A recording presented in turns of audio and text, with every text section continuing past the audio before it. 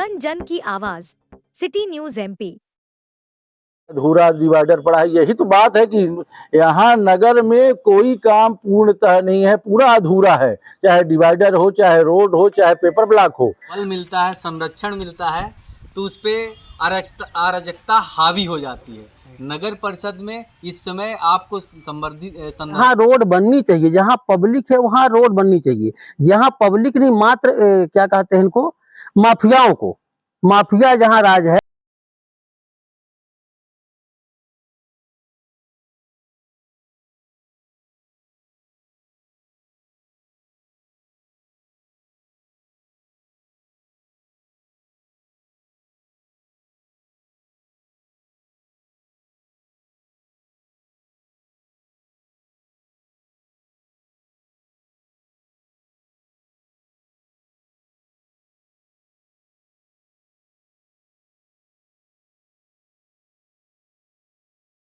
मैं आप सभी पत्रकार साथियों को धन्यवाद देना चाहता हूं और आपके माध्यम से बताना चाहता हूं कि इस पत्रकार वार्ता का आयोजन इस बात के लिए किया गया है कि मैं वर्ष 1999 से नगर पालिका का छोटा सा सदस्य रहा हूं और लगातार आज 2024 तक मैं किसी न किसी रूप से मैं नगर पालिका का सदस्य हूं। लेकिन जो वर्तमान दशा है, जो वर्तमान नगर परिषद मऊगंज की स्थिति है, उससे तो ऐसा लगता है कि जो पिछले के कार्यकाल थे, पिछले अध्यक्ष थे, पिछली परिषद थी, वो कहीं ज़्यादा इससे अच्छी रही है। देखिए, आप चारों तरफ देखिए, नगर में चारों तरफ पानी का जमाव है, पानी की निकासी कहीं पर नहीं है, बिजली कहीं नहीं है, सफाई कहीं नहीं है, चारों तरफ पानी और माने मच्छर का पूरी तरह से प्रकोप है। ऐसी स्थिति में नगर पूरी तरह से एक जिला, नया जिला होने के बावजूद भी पूरी तरह से प्रदूषित हो गया है। कोई इसका माई बाप नहीं है, कोई देखने वाला नहीं है, कोई जिम्मेवार नहीं है। आप लोगों ने ही पहले अध्यक्ष का चुनाव करवाया, आपके समर्थन से अध्यक्ष बने और फिर ये विसंगत कैसी है? देखिए, ऐसा है कि बात सही है कि हम लोगों ने अध्यक्ष बनाया था। हमारे कांग्रेस पार्टी के नेता पूर्व विधायक सम्मानित सुखेंद्र सिंह बन्ना जी के मार्गदर्शन में हम लोगों ने 4 कांग्रेस के हम लोग पार्षद थे। इसके बावजूद भी हम लोगों ने ईमानदारी के साथ श्री बृजवासी पटेल जी को नगर पंचायत की कुर्सी तक पहुंचाया और इसके बाद वो जैसे ही सरकार भारतीय जनता पार्टी की बनी और उनको पता नहीं कैसे महसूस हुआ कि अब यहाँ रहना ठीक नहीं है, तो जो है तो उन्होंने पैंतरा बदल दिया और जो है तो भारतीय जनता पार्टी में शामिल हो गए। मतलब ये जो भ्रष्टाचार के हाँ, भ्रष्टाचार का मामला था, कई मामलों को लेकर के उनके ऊपर दबाव था। उन्होंने कहा विकास के लिए पार्टी बदली। और विकास, भाई आप विकास देख लीजिए, मऊगंज का विकास तो छुपा नहीं है। आप देख लीजिए, कहीं भी अगर वो कोई प्रकार का विकास बता दें, किसी प्रकार का, भाई सबसे बड़ा विकास तो यही होता है कि आज बरसात का समय है तो कम से कम कहीं कीचड़ है तो 2-4 डस्ट पड़ जाए, जहाँ पानी की निकासी है वहाँ हो जाए। झूर जेसीबी चला करके इधर से उधर करके फर्जी बिल बना लेने से विकास नहीं कहला जा सकता। अभी एक मामला आया था उपयंत्री और अध्यक्ष के बीच में, ये किस तरह से आप लोग देखिए, इसको इस तरह से देखिए, उपयंत्री का मामला कहाँ पर आया? उनके वार्ड नंबर 1 के पार्षद हैं, वो श्री बृजवासी पटेल जी वार्ड नंबर 1 के पार्षद हैं और उन्होंने अपने बिना किसी प्रक्रिया के उन्होंने मिट्टीकरण का कार्य करा लिया।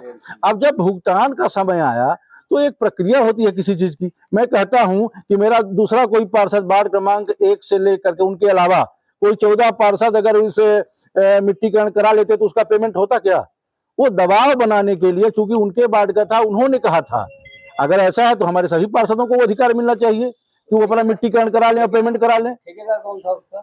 ठेकेदार कोई पटेल ही हैं, कोई पटेल हैं। और इसके कारण से ये तो मैं देख रहा हूं कि पहली बार कि हमारे नगर पालिका के मामले में विधायक को आना पड़ रहा है। हमारी खुद की सरकार है, नगर पालिका हमारी चुनी हुई सरकार है, हमारे 15 पार्षद हैं, विकास करने के लिए आतुर हैं, इसके बावजूद भी जो है तो विधायक जी को आना पड़ रहा है। मैंने कुल मिलाकर के नगर पालिका की जितनी बेइज्जती होनी थी, विधायक जी भुगतान करवाने गए थे कि मतलब? भाई वहां तो यही बात है, भुगतान कराने के लिए गए थे। तो मैं कहता हूं कि एक प्रक्रिया होती है नगर पालिका में, पर लोग प्रस्ताव करते हैं, आवेदन देते हैं, उसका ये टेंडर होता है, उस टेंडर के तहत जिसको काम मिलता है वो काम करता है। तो उन प्रक्रिया से हट कर ये लोग काम कराना चाहते हैं। 800 ट्रैक्टर मिट्टी का, हाँ, वो वहाँ पर मैं मुख्यमंत्री को मैं नहीं मानता हूँ कि गलत है वो, क्योंकि वहाँ पर उसके संज्ञान में बात आनी चाहिए थी। जनता ने पहले भी कुछ भ्रष्टाचार को लेकर ऊपर शिकायतें की और भाई क्या है कि एक बात तो मामले में है, वो पैसे के लिए तो काम नहीं करता, पैसे के लिए कि ये कह दे कि पैसे के दबाव में पैसा कमाने के लिए वो काम नहीं करता। थोड़ा लेट ढीलापन हो सकता है, प्रक्रिया आड़े आती होगी इसलिए। हाँ, प्रक्रिया जो है तो प्रक्रिया में समय लगता है और उस प्रक्रिया में सभी पार्षदों को गुजरना पड़ता है। मैं कहता हूँ माननीय अध्यक्ष महोदय ने ये काम, ये हम कहते हैं कि वार्ड नंबर हमारे जितने भी पार्षद हैं वार्ड क्रमांक 115, ये अधिकार सबको मिलना चाहिए कि वो सब मिट्टीकरण करा लें और फिर इंजीनियर पेमेंट कर दे। इस काम तो सबके वार्ड में न है, वहीं पर क्या दिक्कत हुई थी? उसमें एक एजेंडा जारी किया गया था कर बढ़ाने के लिए, लेकिन जहां बैठकी है नहीं, दुकानें हैं नहीं, तो किस बात का? इस बात का हमने विरोध किया कि जब यहाँ पर कोई सुविधा नहीं है, यहाँ पर कोई, हम कहते हैं कर किस बात का आप लेंगे जब बैठने के लिए सुविधा नहीं है। अड्डा टैक्स का हम लोगों ने विरोध किया इसका कि वह कर नहीं लगा, किसी प्रकार का कर नहीं न लगाया जा, जब तक हम सुविधा नहीं देते जनता को हम किसी प्रकार का टैक्स नहीं बढ़ाएंगे। अधूरा डिवाइडर पड़ा है, यही तो बात है कि यहाँ नगर में कोई काम पूर्णतः नहीं है, पूरा अधूरा है, चाहे डिवाइडर हो, चाहे रोड हो, चाहे पेपर ब्लॉक हो। भाई हमारे नगर की टाउन प्लानिंग ही नहीं है कि हमको वास्तव में नगर में कैसे रोड बनानी है, कैसे पोल शिफ्टिंग करना है, कैसे नाली बनानी है, कैसे पाइपलाइन ले जाना है। जब हमारा कोई रोड मैप नहीं है तो बताइए ये समस्या आज नहीं। समझ वो आप लोग उनकी पीआईसी में थे और तो जहाँ पीआईसी में तो हमने गलत काम का, एक बात सही है कि जब हम लोग साथ में थे हम लोगों ने सही काम का सहयोग किया और गलत काम का हम लोगों ने पूरी तरह से विरोध किया। हम लोगों ने कहीं भी गलत काम करने का प्रयास किया और न ही हमारे ऊपर अभी तक किसी प्रकार का 1999 से लेकर मैं आज तक सदस्य हूँ, किसी प्रकार का दाग नहीं लगा। इनके साथ रहने का दाग जरूर लगा, इनके साथ रहने का दाग लगा है और उसको हम लोग भोग रहे हैं। एक मुद्दे पर आपका नाम सामने, मेरा नाम आया, मेरा नाम, उसमें मेरा किसी भी प्रकार का रोल नहीं, उसमें जो भी था अध्यक्ष महोदय का था। फिर उन्होंने पैसा नहीं दिया कर्मचारी, गरीब कर्मचारियों को, तो फिर हम लोगों ने बन्ना जी को बताया तो बन्ना जी ने पैसा दिया है और उन गरीबों का पैसा लौटवाया हम लोगों ने। तो उधर से पैसा लेने का आरोप तो आपके ऊपर लगा था, हमारे ऊपर आरोप लगा, लेकिन ये अध्यक्ष महोदय के इशारे पर पूरा काम हुआ था। उन्होंने पूरा पैसे का मैनेजमेंट उन्होंने कराया था, उन्होंने नियमितीकरण के नाम पर पैसा कर्मचारियों से उन्होंने लिया था और 12 कर्मचारियों से लिया था। कितना पर हेड? 50। उनके आदेश पे, और उनके आदेश से सब हुआ था, लिखित में हाँ, प्रमाणित भी है और सब जो है तो पूरी तरह से जो है तो इन्होंने फिर नगर परिषद में अब तक का ये सबसे बड़ी बात है कि कर्मचारियों नियुक्ति के लिए पैसा लिया गया, नियमितीकरण के लिए इतने बड़े राशि में।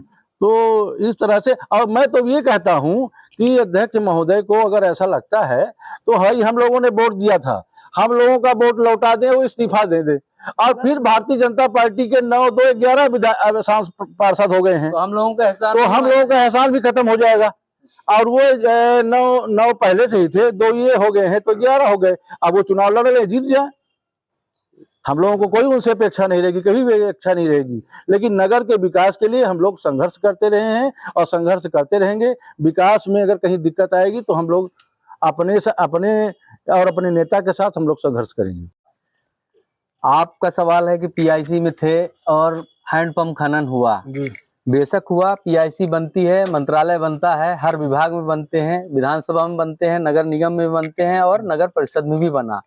हम लोगों ने जनहित मुद्दों के लिए हैंडपंप खनन का प्रस्ताव रखा था, लेकिन इन्होंने अपने पीआईसी मार्गदर्शन में हम लोगों से दस्तखत करवाते थे। इसके बाद वो कब बंद करते थे, क्या करते थे, इसके बाद प्रक्रिया में उन्होंने सम्मिलित करके ये सारी चीज करी और खनन का भुगतान कराया। भुगतान करने की प्रक्रिया आपको भी विदित है कि ये अध्यक्ष के पास पावर होता है वित्तीय भुगतान करने का, उस पर तो हम लोगों का कोई अधिकार है नहीं। हम लोग तो सिर्फ समर्थन दे सकते हैं कि हाँ ये चीज होनी चाहिए, ये चीज जरूरी है।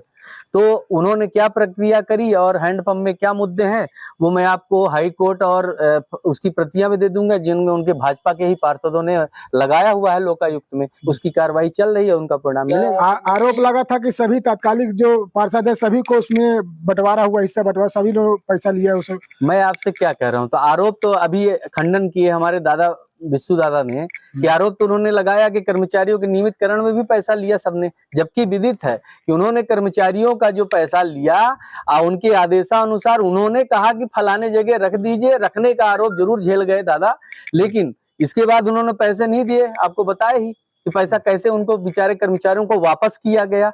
तो ये ईमानदारी है कि हमारे 4 पार्षदों का अगर जो भी पैसा उन्होंने वापस करके अपना किनारा किया, आरोप उनके ऊपर है, वो पैसा वापस करें, और ये तो प्रूफ कर दिए कि उन्होंने पैसा खाया है जी।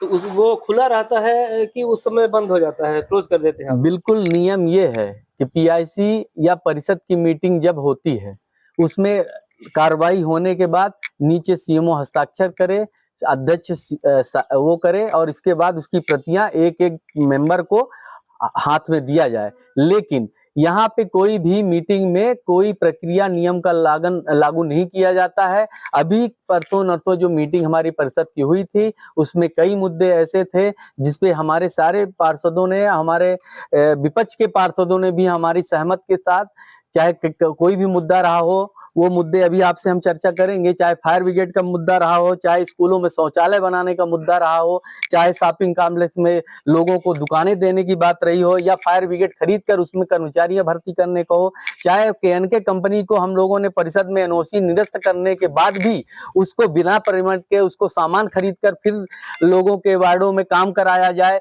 ये सारी चीजें हम लोगों ने परिषद में ससम्मान भाजपा पार्षदों के साथ निरस्त किया, विरोध किया। इसके बाद जो आपकी प्रक्रिया, आपने जो सवाल उठाया उस पे कार्रवाई रजिस्टर पे उसको क्लोज नहीं किया गया, अभी तक किसी को प्रतियां नहीं मिली है। ये एक भ्रष्टाचार का मूल रूपक है। ठेकेदारों के काम निरस्त किए गए। हाँ हाँ हाँ।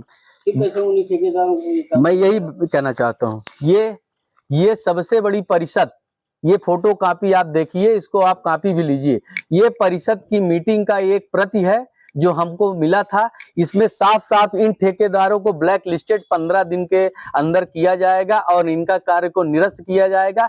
इसमें निरस्त किया गया है, फिर भी यहाँ के अधिकारीगण और अध्यक्ष जी के मुख्य आदेश से वो ठेकेदार आज भी कार्य कर रहे हैं, जिनको निरस्त कर दिया गया, ब्लैक लिस्टेड कार्रवाई के लिए दिया गया था। तो आप सोच सकिए, जब परिषद का कोई मीटिंग का मतलब नहीं, तो परिषद की मीटिंग रखना उचित नहीं है और कलेक्टर साहब को इसको संज्ञान लेना चाहिए।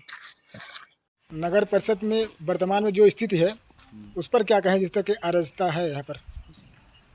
संभावित नहीं, ये पूर्णतः सत्य है कि जब किसी चीज को बल मिलता है, संरक्षण मिलता है, तो उस पर अराजकता हावी हो जाती है।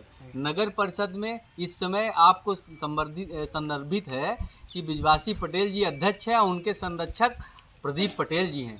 तो ये तो निश्चित तौर पर अराजकता फैलेगी, उन्हीं के संरक्षण में सारे कार्य हो रहे हैं। तो क्या आपके कहे के अनुसार विधायक चला रहे हैं नगर परिषद? बिल्कुल नगर परिषद विधायक जी चला रहे हैं। नहीं तो ये बताइए, सुबह 10 बजे से और मतलब 9 बजे रात तक कोई बैठ के किसी व्यक्तिगत कारण से कोई पेमेंट कराने के लिए जाता है क्या? ये एक अराजकता है, एक मतलब इसके लिए शब्द नहीं है मेरे पास, क्या कह दूं। और हमारे सुखेंद्र सिंह बन्ना जी थे, क्या कहना चाहेंगे? देखिए क्या है कि जमीन वार्ड नंबर 10 में एक रोड बनाई जा रही है। हमको बात पता लगा कि अशोक पटेल नाम के कोई व्यक्ति ने जमीन खरीदा है, और कितने लोग शामिल हैं इसको पूरी जानकारी नहीं है।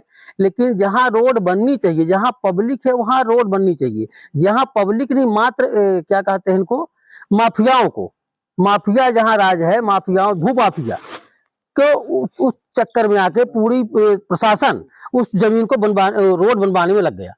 यहाँ चाहिए वास्तविक पब्लिक है, जनता है, वहाँ किसी को दिख नहीं रहा है कि हाँ क्या व्यवस्था है, वहाँ व्यवस्था दिख रही है। आप रोड में जा रहे हैं, हम लोग रोड से निकल रहे हैं, अभी एनआई कंपनी ने बनाया है, देख रहे हैं कि आप कितना इसमें माटी डाला है, उसको नहीं दिख रहा है पटरी बननी चाहिए, इसमें मोरम डाला, और वहाँ मोरम डस्ट उसका घर बितानी पटेल का तक गिरा दिया गया, बिना सूचना के, बिना उसके कारण के, मात्र किस लिए कि भू माफियाओं ने वहाँ जमीनें 10-5 एकड़ जो खरीदी हो उसकी खरीदा है, उस रोड बनाने के लिए पूरा प्रशासन पीड़ित परिवार का सीधे विधायक ऊपर आरोप है कि विधायक और उसके नाती हाँ तो के संरक्षण में पूरा खेल खेला जा रहा भाई है। तो बता तो रहे हैं कि उसमें सब शामिल है, तभी ना विधायक ने कहा होगा, तभी प्रशासन पूरा लगा उस रोड बनाने में, क्यों लगे। अब उसका जब बिकानी पटेल घर गिरा दिया गया, भाई उसमें सब में शामिल है, पूरा प्रशासन तंत्र। अब प्रशासन कैसे शामिल होगा, जब विधायक शामिल होता है तो प्रशासन जाएगा वहाँ। तो भाई हम लोग तो कह रहे हैं कि ये रोड बना दो, तो बन जाए रोड, कल से बन जाए। आप जनता दिखाए चाहिए, हम किचन में निकल रही है, वहाँ एक टाली डस्ट की जरूरत लग रही है, डस्ट मिल रही है हम लोग को, और वहाँ गिर रही माटी, वहाँ गिर रहा मोरम। विधायक अभी लगभग 50 एकड़ जमीन मऊगंज में उनको खरीदी किए है, ऐसा आरोप पूर्व विधायक ने भी लगाया था। और इसको लेकर आप लोग कांग्रेस के पार्षद हैं, तो इसको लेकर आपकी क्या तैयारी है? क्या उनके मतलब जो जब खरीदी के वो है, उसको कैसे जनता के बीच में क्यों नहीं ला रहे हैं? नहीं, जनता के बीच में बता रहे हैं हम लोग बता रहे हैं जनता के बीच में कि भाई इन्होंने क्या किया है कि यहाँ विकास नहीं किया है, यहाँ जमीन अब खरीदे हैं और उसको बेच रहे हैं। अभी हमारे बगल में पिपरी भी किसी ने बोर्ड लगा दिया है, और वहाँ पर क्या है कि स्मशान घाट था हरिजन आदिवासियों का, आपको दिखाएंगे चल के फील्ड में, वहाँ हरिजन आदिवासियों का स्मशान घाट था।